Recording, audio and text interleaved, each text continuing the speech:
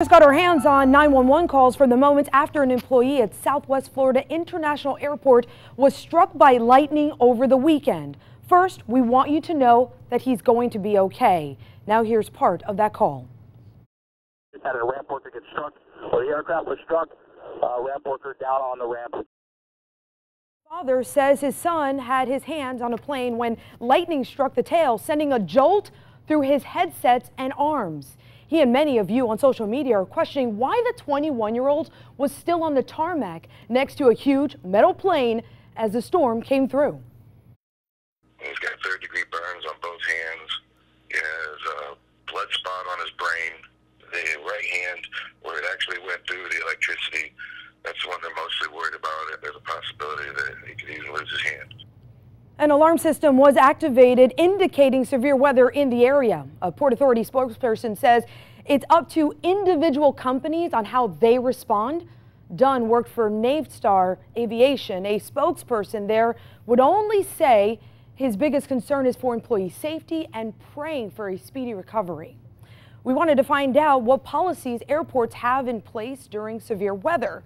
10 News anchor Ian Wrights takes a look at what 4 of Tampa Bay's largest airports do each day to keep their employees safe. There's not a standard policy in place across the board, but a number of airports have similar measures in place for safety. First up, Tampa International. They tell us that when lightning is detected within 3.2 miles of the airport, an alert system sounds and flashes lights to warn employees. Now, once 5 minutes has passed without lightning detected, employees are given an all clear to return to the tarmac. Tampa International also just told us that just to be safe, some airlines wait an additional 5 minutes. St. Pete Clearwater has something similar. It's called a lightning prediction system. They told me that if there's lightning in the area, an alarm sounds, giving employees again notice to get inside. When the storms have passed, that same system alerts them to a signal that it's okay to return working outside. Now that goes for employees who move your bags from the plane as well. They say that, quote, each airline, ground handler, and aviation business sets its own policies as well.